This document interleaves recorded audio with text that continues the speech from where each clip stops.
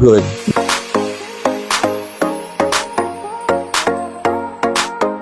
Hello, yes, good morning, good afternoon, good evening, good 24 hours. Welcome here at MKT, the program that inspires people.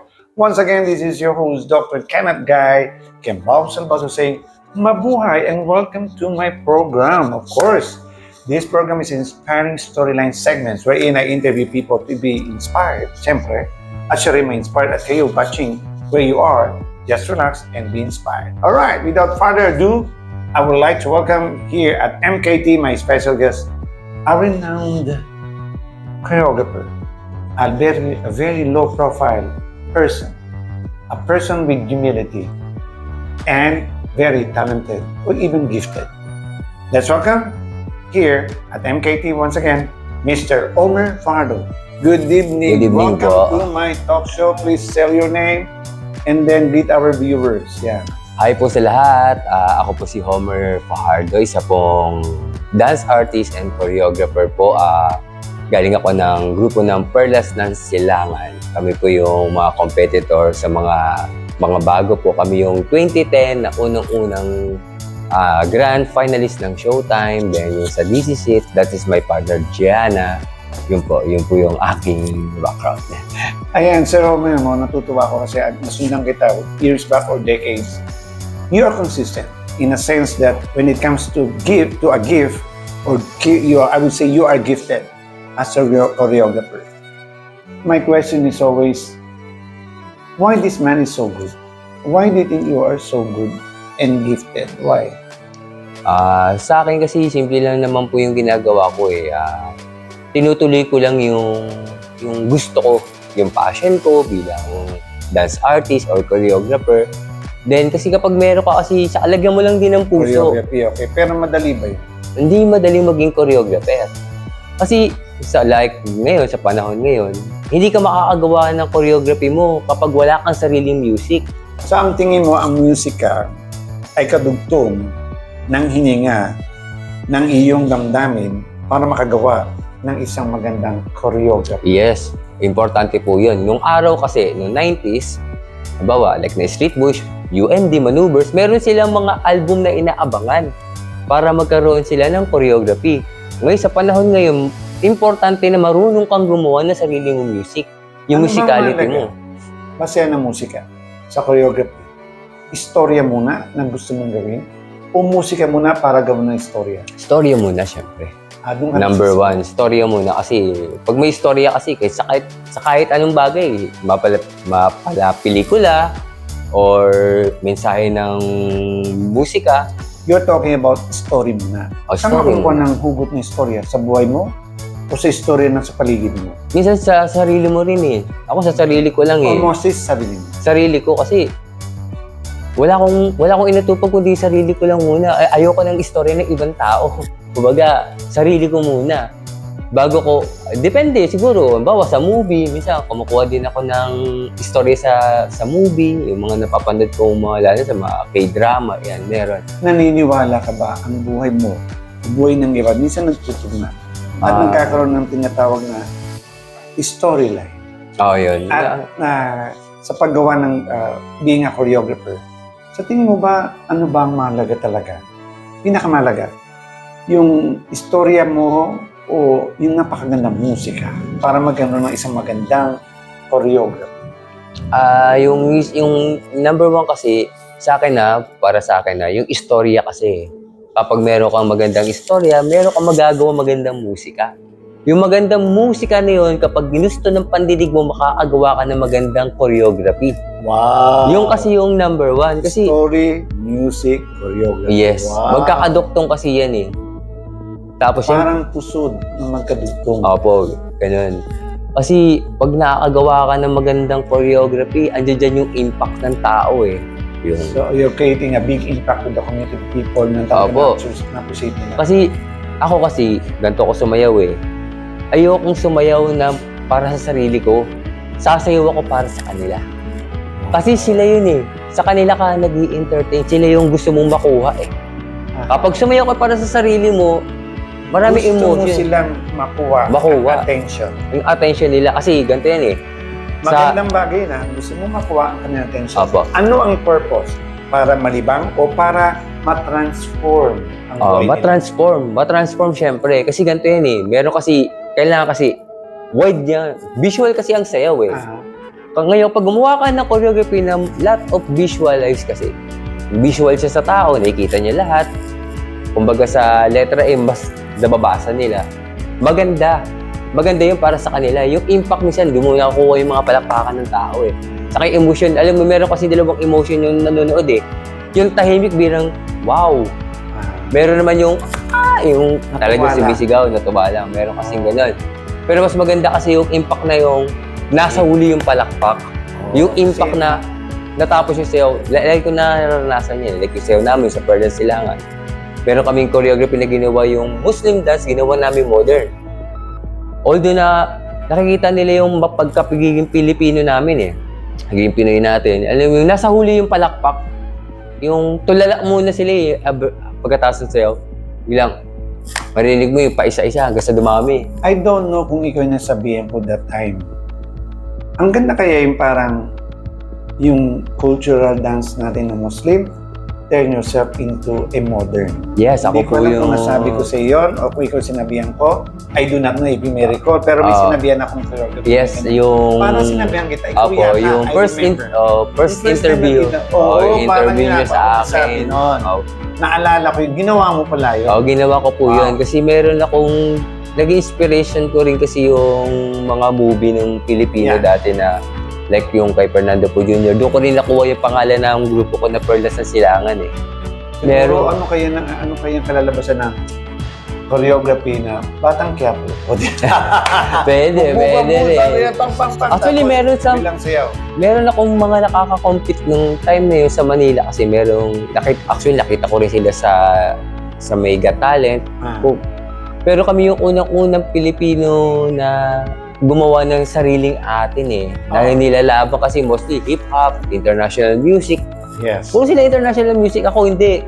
Mahilig ako sa mga pang-Pilipino like yung mga artist na ginagamit niya, Grace Nono, Pinikpikan Music, yan, mga Bayan Barrios. Yung mga kasi, di lang kasi nila alam na yung music natin, yung rhythm na meron tayo, pwedeng gawing modern. Nakita ko, you admire with high respect the Yes, Filipino opo, music. totoo yun. Ang tanong, do you choose the music because in your mind or your intelligence this is perfect one? Or do you get music to create a story that commands by your heart? Ang nag-uutos ay puso o Yes. yung isip? Puso pa rin eh. Kasi pagka nagtulak yung puso, pag diretso sa utak yan eh. Anong pinagkaiba ng puso sa utak Kasi- ng pagpili ng musika at istorya?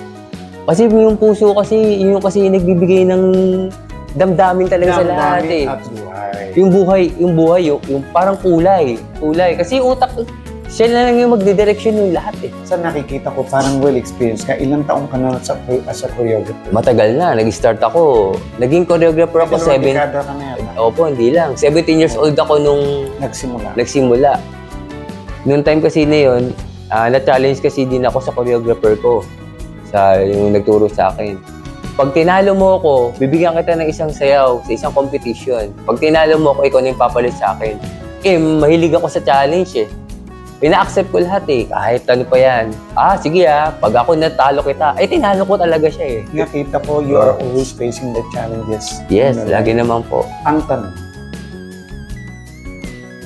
anong mahalaga o matimbang sa'yo? Yung galing mo sa utak o pagsunod na banggit mo yung puso kanina eh. Opo. Na ang sikreto ay nasa puso lang. Ano ang kadugtong nito? Kasi merong ano yan eh. Hindi ka magkakaroon damdamin na wala kang pinagmumulan. Opo. Kaalaman. Opo. Sinong kinakausap mo bago mo buuin ang istorya, ang pagiging director? Sa akin kasi, minsan, lahat naman kasi nasa taas yan eh. Totoo yan ha? Kasi kahit nasabihin mong hindi ka nila nakikita, hindi lang nila alam yun. Hindi lang nila alam. Siyempre ako kasi lahat naman tayo may paniniwala. Number one kasi hindi ka naman magkakaroon yan eh. Siya rin lahat nagbigay niyan eh. Hindi ko pwedeng hindi siya. Kumbaga, instrumento ka lang din eh. Parang sa buhay mo. may paglagpak ka, may mga taong gagamitin yung instrumento para I makabalik like ka. that. Baka mawala ko eh. Yeah. Anong pinakamalaga sa'yo? Ang matikang maging mahusay na choreographer o ang buhay ng ang pagpapahalaga sa buhay? Siyempre, yung buhay mo muna yung pagpapahalaga. Kasi Bakit? wala ka naman magiging magandang resulta kung di mo sarili mo una mong papahalagaan. Kasi minsan, nakakalimutan kasi ng iba yun. Like din ako, nakalimutan ko rin naman yun kasi parang nasilaw din ako eh. O kasi, pera. O sige, magaling ako, ganito. Naranasan ko rin yun kasi ako, lagi kong sinasabi, kapag may quality, maraming money. So, inuuna ko talaga yung kalidad ng ginagawa ko hanggang sa ngayon. Nandoon pa rin naman ako sa stage na yun. Yung nga lang kasi minsan, may bumabagsak din tayo. So, ang mahalaga ang buhay. Oo, ang buhay Kasi siya. sa buhay, mga kaibigan, hindi ka maging successful. Marami rin failures. Pero hindi ka maging successful kung walang failures. Opo, Hindi ka tama. marunong ng failures kung hindi mo kilala ang sarili mo. Yun, number Last one. question. Ano ang may papayo mo, briefly, sa mga aspiring choreographer? Anong dapat nilang gawin para ma-cultivate, gumaling, matuto sa buhay as choreographer? Sa pagiging choreographer, tandaan nyo unang-una, dapat alam nyo kung ano yung sarili nyong passion, ano yung gusto ninyo. Then, pumunta sa mga workshop. Maraming nagpapa-workshop. Pumunta sa tamang tao na magtuturo sa inyo ng tamang choreography, tamang technique. Kasi, technicality kasi, para tayong nag-aaral din yan sa choreography. Pero number one kasi yung passion mo. Maraming klaseng genres kasi ng sayaw. Maraming klase. Number one kasi is music. Kailangan marunong ka talaga, magaling ang tenga mo sa music, marunong yung puso mo sa music. Kasi kung wala kang puso sa mga ganyan, kahit magtatatumbling ka pa dyan, kahit maglulumpasay ka pa dyan, hindi ka makakabuo ng choreography mo pag wala kang Sir Homer, napakaganda na sinabi mo. Sa tingin mo, totoo o tama ba ito? In everything that we do, we should pray for the best. And we should do our best, pangalawa, and leave the rest to the Lord. When we talk about pray for the best, it's not bad to pray we want to be a champion, not just to be a winner, Yes. one of the winners. Pangalawa, siyempre, hindi ka naman nasasagaling mo lang. Opo. Kailangan mag-ensayo ka, mabuting mag-research Opo. ka. Mag-research. Kahit ginawa mo na yon, dapat pang natin kalimutan, when Jesus Christ said on the cross, "Let your will be done." Sinabi niya yun, ha? So, naniniwala ka ba na ang Naniniwala will ni po. God ang mas mahalaga sa ating ginagawa? So, pray for the best, do your best, and leave the rest to the Lord. Opo. Naniniwala. Naniniwala po ako doon kasi every time na magko-compete din ako, minsan, bago kami mag-compete, bilog muna tayo. Dasal muna yan bago ano. Pero makikita mo kasi minsan sa mga mismong tao mo yung taimtim na sila eh. Hindi man nila sabihin sa'yo yung kaba nila, pero naramdaman mo sa dasal nila eh. May panginginig na kami. Maski ako ganun. Alright. Siyempre parang sa kanya mo na sinasabi na patubayan mo na po ako, Lord. Bigyan mo ako lakas ng loob. Lagi, always yun. Ang galing nun, ha? Talagang Opo. parang kilala mo, naniniwala. Opo, naniniwala naman po talaga. Tanungin kita. Kung tinanong ka ni God, Omer, gusto mo ba kunin kita, ikaw ng choreographer ko sa langit? Ngayon na, okay ba sa'yo o maging choreographer sa lupa? Dito muna po.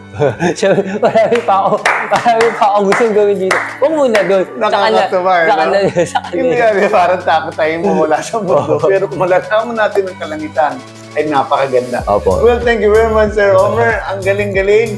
Thank you for being my guest. And mga kaibigan, kung naghahanap po kayo ng mahusay na puso, kaluluwa, at kaisipan para maging mahusay na choreographer, huwag po kayo mag-atubiling kontakin ang number na Kontakin niyo na po ako sa aking Facebook account, then sa number ko, 0945997028. Pwede po ako sa maraming genres lahat na pag-aralan po namin ballroom competition. Pakiulit mo yung number. 0945997426 at yung page mo nung nakalagay. Homer Fajardo sa Facebook ko lang po. Facebook Ayun. account. So, yun. Thank you very much, Sir Omer. Na-bless ako sa mga kwento mo. Ang galing mo. Talaga kung hinuhuli ko kasi kung nasa ng puso mo and you did perfectly right. So, thank you very much. Sana mga kaibigan, na-inspired kayo. Kung ako na-inspired, di ba? Share the story. And if you're looking for the best choreographer, don't think twice. Just think once and look for Mr. Omer, the legend, I would say, Omer Fajardo, with that number. You can find him only here at MKT, the program that inspired people. This is your host, Dr. Kenneth Salva saying mabuhay and God bless you all in many ways. Good.